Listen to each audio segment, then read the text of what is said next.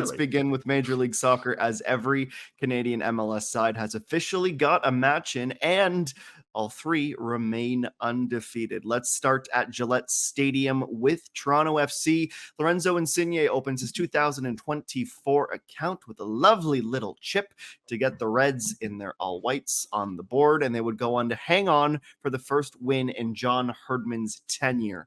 With the 2 matches unbeaten, Jordan, that's 4 points by my math, and a win in a place where they've struggled historically. What did you like the most about the performance from TFC as Ollie takes an important phone call? Well, first, I owe them an apology. I said I don't think they're leaving New England with 3 points, but they did that. And if you're looking at the first chances, Owusu should have put it up to be 1-0 as well. But that is a finish where you rely on Lorenzo Insigne to just come with some magic, and they're gonna be relying on him at some point in the season. I think also something to note is within the 2 games, like they held both teams to 0. This is gonna be their bread and butter. Wheels, you've covered this team for so many years, but specifically last year, they can't keep a clean sheet. They struggle to just defend well and as a unit, but they're finding a way in the first 2 games. Now it is early. But if you keep having moments like this, Lorenzo Insigne, where you show up for TFC, they have a chance of having a better season than last year. I'm still not convinced, but I think it's off to a great start. John Herdman is doing something with this group. So, yeah, I think I'm wrong. I have to raise my hand and say I'm sorry, because I just didn't think that they were going to get 3 points. No chance, but they pulled it off. Did you see Insigne's celebration? By the way, that goal was sexy. Really Sublime. Good finish by Insigne. Then he starts pulling his leg along like he's got a hamstring injury. He's looking towards the bench. So either that was a commentary provided about TFC managing him a little bit, or maybe he's just sick and tired of hearing that he's hurt all the time and, in your face. It's kind of the, one of these. Yeah, I think it's the latter, Wheels. I mean, either way, it's fine, because this has been a dream start for John Herdman. And it's not just the results, it's how. They've been competitive. They've been gritty. They have players who have bought into playing their role within the team. Less of me, more of we. All of these things. And that was the big question. How is this group of players going to react to John Herdman and his coaching staff? That at the club level, things are a lot different than playing international football. Herdman's probably so sick of hearing that, but it does absolutely look like there's early season buy-in, which is huge, because that's going to be crucial for this team punching above their weight and going on and doing something this season, a buy-in with a new manager. And that's exactly what we've seen. Not pretty, defensively, under a lot of duress at times, but they've found ways to delay and frustrate and do all of those things required to go out and win games. The only issue is the season is still very young. We're still so early into the season, is that you still got to ask yourself who's going to provide the goals in this team. Like, they're not going to go in and be able to pick up clean sheets, week in, week out, although Long has been good and some of the new recruits. I just don't see that being feasible over the course of a 28-game season. And that number 9 position is problematic for me. You're not going to rely upon Insigne Bernardeschi to score a lot of goals. There needs to be someone else. And just to top it off, they won without Larea on the weekend as well. A top pickup for that team. And you just thought that there could be problems. Longstaff is still to come in. So ahead of their home opener, which it sounds crazy to say, but I do think it's a winnable one for Toronto FC against Charlotte next week. Let the good times roll, build some early season momentum, and we'll see how long it can last. Yeah, firstly, apologies. It's the chaos in here for the phone. Door people coming in. Great timing. Look, the thing about TFC I find most impressive here is it has to be the defensive side of it. And I know it's not been perfect and they've needed some big saves from Sean Johnson. But when you compare where this team was down the stretch last season in particular, but even further back than that, they haven't kept a clean sheet since May the 31st coming into this season. Now they have 2 out of the gate against 2 pretty decent teams. 4 road points, which is the same amount they got the entirety of last season through the opening 2 games. Like, Johnson's been great. I think you've seen, real steps forward or, kind of bounce back performances, I guess you could say, from players like O'Neill and Petretta in particular. I didn't think was particularly good at all last season. Bernardeschi's putting in a shift at wing back. Kevin Long looks like he's going to give them what they need in terms of that central centre back position, and Flores in front of them has been really impressive as well. So that's the foundation. Like, I think there's still a lot to kind of still evolve and develop with this TFC team if they're really going to be relevant in MLS this season. And the home form, I think, is a different kind of challenge to maybe the type of performances they can turn in on the roads. But as far as a starting point goes, yeah, it's been really good so far.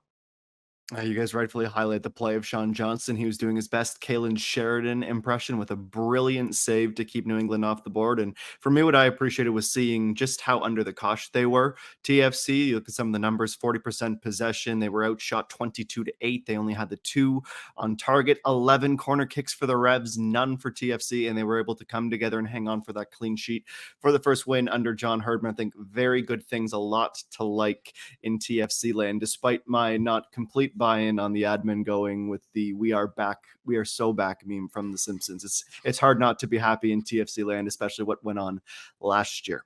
Let's head east, Gareth Wheeler. Let's talk about CF Montreal, who surprised many by going to FC Dallas and getting a win by 2-1. Joseph Martinez gets his first for the club at the hour mark. And we had some fun on Friday with the MLS power rankings from the 20 personalities, not celebrities, if you were to ask me again. But it was a good performance from the side, and they're looking quite strong out the gates as well. They pick up their first win in the campaign. What did you make from their performance? Wasn't surprised at all. You're welcome for the Tony Bet reco. That's right. Listen to Gareth. CF Montreal on the handicap, because I rate them. Roll the tape in our season preview. Speaking about CF Montreal, I think there was a little bit of surprise from my good friends and panelists here about how high I was about this CF Montreal team. They have an identity. They have the perfect new manager in Courtois to come in and pick up where Losada left off. They have a deeper team. They have depth at all positions. They have multiple attacking players that can now go put the ball into the back of the net. Vilson, great goal there. And Joseph Martinez. Like, these are just 2 of a 4-headed monster. Poku goes out, and they still have requisite depth in order to go and find the back of the net. And that was really the biggest problem with their side last season. I think they strengthened considerably. I think they're going to be robust. I think they're going to be very tough to beat. And FC Dallas was down and without some very important players for that game on the weekend as well. 2 big results against 2 teams that you would project to be playoff teams in Major League Soccer when all said and done, in Orlando and in FC Dallas. These are huge results for CF Montreal. They won they lost 6 of their first 7 games to start the end of last season. Build some momentum, have a lot more away games to go before they get back home. But another situation, new manager, belief in the system, players stepping up. They just look like they have a little bit more depth and a little bit more attacking punch than TFC. But as we've prognosticated, I mean, we firmly believe that all Canadian teams are going to be better this season, and so far, so good. Take that, MLS power rankings. Oliver Platt. Yeah, very promising. Like, I think this team certainly in a lot of positions just looks much deeper, much more quality and experience, particularly up front. And Wilson, I was impressed by last season. He didn't play a whole lot, had some injuries kind of break things up, and he's still a young player, but I think he's got real potential. And if you can add that to, Joseph Martinez being a factor, we maybe wondered about him in terms of just where he's at this stage of his career after a major injury, but that's a real encouraging one to get that goal. And then Kokaro's looked good as well. So suddenly you have options up front. You have far more threat than you did last season. And then at the other end, I have to say, like, I think at this point, Jonathan Sirois is making a really strong case to be in the squads for Canada and for the Trinidad game. Like, I understand under John Herdman, they maybe like to keep that group quite tight and create that kind of club mentality where they didn't want to make too many changes to the squad and, have that kind of good chemistry and cohesion to the group. But I think we're in a stage now where, there's room to pick a bit more on merit and on who's in form, who's playing well and is really earning that chance with the national team. Not saying that he's going to be the starter for that game, obviously, but Sirois, for me, there's no Canadian goalkeeper playing at a higher level than MLS, and he's playing as well as anyone in MLS in goal right now. So I think he's making a great case for himself and having a really strong start to the year. To Ali's point.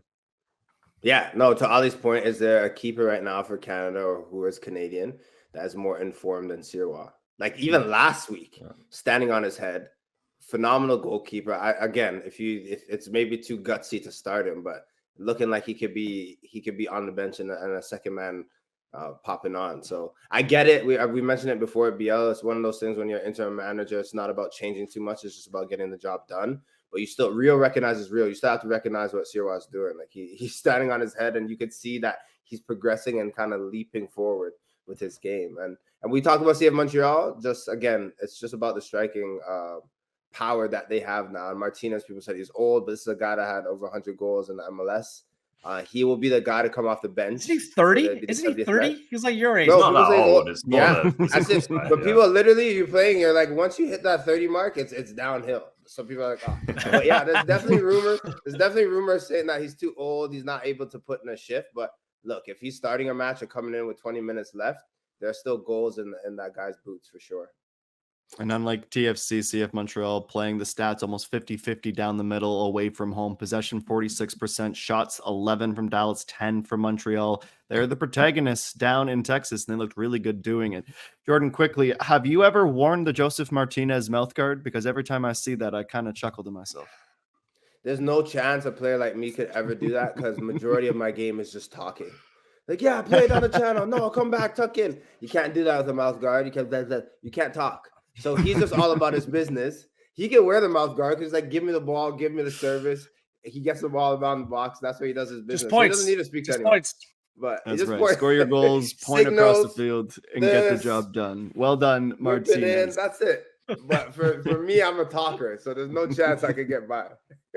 Some of our audience probably wishes a few of us at different times would wear mouth guards on these shows so they could try and ignore what's coming out of our mouths. Blasphemy as well. No one wishes Let's that. go to the West Coast. Oliver Platt, is it safe to say that Vancouver Whitecaps are the only Canadian side disappointed with their weekend? Because they got a point. They opened their campaign at home against Charlotte, and Ryan Raposo comes in, scores a goal in the 5th minute of stoppage time in the first half, but to not leave with the 3 points in their sharp new blues and golds, do you think that there's a case that they could be the only disappointed side right now? Yeah, I'm sure they will be. I think there's one big positive, which is nearly 30,000 people there for the home opener. That's much better than we saw last season. And it looks like, based on the season ticket sales and obviously the Messi factor plays a part, but looks like they're going to get some stronger crowds this season, which is great to see. I think the team deserves them. This was, one of the areas where I wanted to see a bit of progress from the Whitecaps this season. Last year, they drew 6 games at home, and 5 of them, they only scored 1 goal or fewer. And that's, again, when you talk about adding maybe a bit more attacking quality, another big attacking piece, whether it's a forward, whether it's a wing back. Like, I think these are the types of games where they just miss that a little bit. They're going to get Ali Ahmed back in the starting lineup. Obviously, they're going to get Sam Anakubi back in just generally, which will help, particularly at those wing-back positions, which I think are a bit light right now. But if they're going to take the next step from being, again, in that kind of 5, 6, 7 range to being in the top 3 or 4 of the Western Conference, I think these are games where they have to be able to turn the screw a little bit and show a little bit more of a clinical edge. And it was something that they struggled with a little bit last season, and this was a similar type of game, I thought. So just kind of added to my feeling personally that this team needs to go after another major attacking piece, whether it's now or in the summer. I think that's kind of the difference between being the team they were last year, which is fine. They're a very good team. But if they want to take that next step, I think that's what they need to do. Gareth Bailey. Same thing, same feel on that team. 1 or 2 players away from being right there. By the way, I did miss our guy, Vanni Sartini, patrolling the touchline on the weekend. That's unfortunate. Labordo is suspended as well. 2 important players. I really like Raposo and his continued growth within that team, and I put him on a bubble candidate to be part of Canada's setup as well, if he does accept that. I just think his play is getting that much more improved all the time. But yeah, this team, although it's disappointing based on the occasion and the crowd not to come away with the full 3 points, it's match number 1 of the season. You didn't lose. Is there room for growth and to improve? Yes. But that's obviously the case for the vast majority of teams across Major League Soccer. So I'm not changing the way I look at this team. Still one of the top sides in the Western Conference for me. And add a couple new players, and we can see what heights they can take this thing this season.